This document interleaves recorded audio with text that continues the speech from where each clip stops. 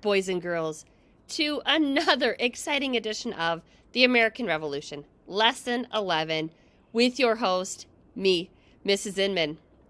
Now I'm outside here, and you may hear a lot of traffic noise that's going by. So that's in case you're wondering. All right, well, I'm excited to say, let's get started. Okay, today what you need to succeed is your mentor text, a pencil, and a highlighter. All right, so I'm excited because today we're doing a first read.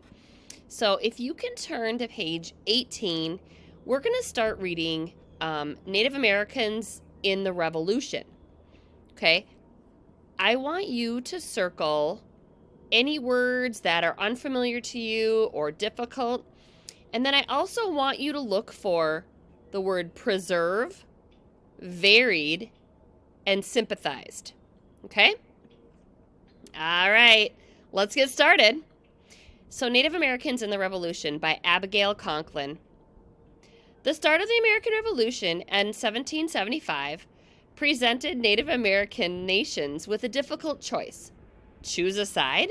Avoid the conflict entirely? Each nation had had different experiences with European settlers. A few colonial settlements and local native communities managed to get along, but other nations were treated cruelly by colonists and resented their loss of land, rights, and lives to the invaders. Still, other nations were promised lands and safety by the British government in exchange for their loyalty. And some nations just didn't want to get involved with the war at all. What united all Native nations at the start of the Revolution was the desire to preserve their rights and freedom. How they went about it varied greatly from group to group. The Native American nations that supported the Patriots' cause were mostly in New England. This group included some nations of the Haudenosaunee. These nations had built relationships with the colonists over many years. The Oneida and Tuscarora, among others, even became militiamen. They felt that defending the colonists' cause was in their own best interests. But not all of the Haudenosaunee sympathized with the Patriots.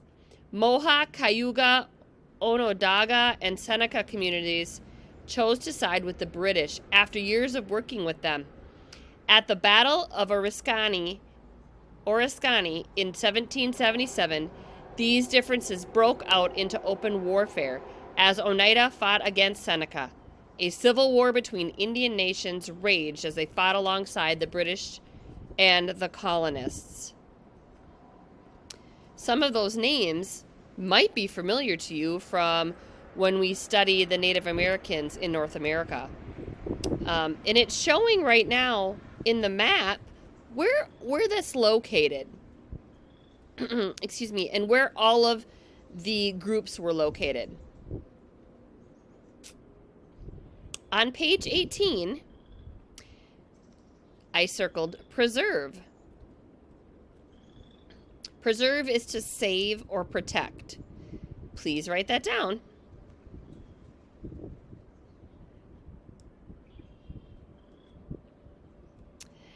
And then on page 18, again, varied.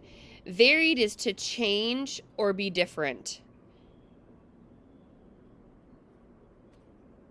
Make sure that you get that written down.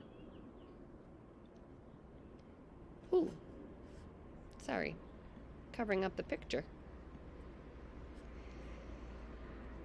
All right, on page 19, I circled sympathized. Sympathize is to show support for or to agree with. Make sure that you circle that and write down the definition. Okay, so our learning goals today are: I can analyze the structure and characteristics of a chronological text, and I can determine how the use of chronological text structure contributes to the author's purpose. So, let's look at text structure and let's look back at chronological. Okay? The purpose of chronological is to show the order in which historical events occurred. and how events are connected to each other. Signal words showing chronological is like in 1776. The word when, after, later, following, before, earliest, first, next, then, last. You guys get the picture, right? All right. So here, these nations have built relationships with the colonists over many years. Many years. Over many years. That's showing chronological text. Okay. It helps me understand how the Oneida formed a lasting bond with the colonists, because they did it over many years. Here, I circled the word after. And after, it helps me... After, it helps me understand that the Seneca made their decision based on their previous experience with the British.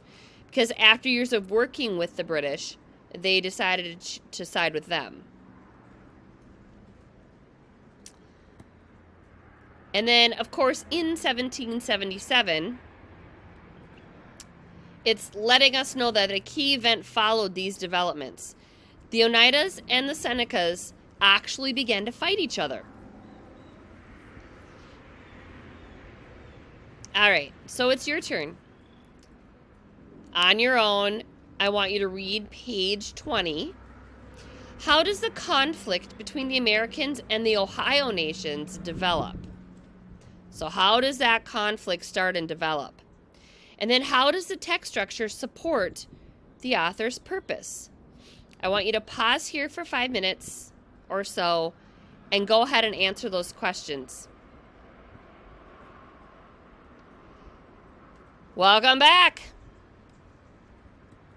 All right, so I underlined when colonists killed several Shawnee and Delaware people. After that, the nations of the Ohio territories joined forces with the British. In fact, they continued to wage war against Americans long after the British surrendered in 1781. So I've circled the words after that and in 1781.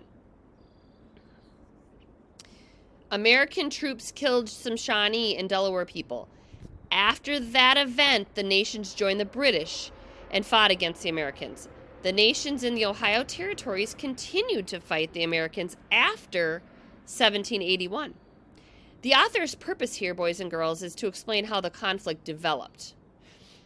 Okay, the structure shows the order of events that created the conflict. It's showing in order how it came to be. So let's evaluate. Are you a 4, a 3, a 2, or a 1? I can analyze the structure and characteristics of a chronological text. And I can determine how the use of chronological text structure contributes to the author's purpose. What are you? All right. Until tomorrow. We'll talk to you later.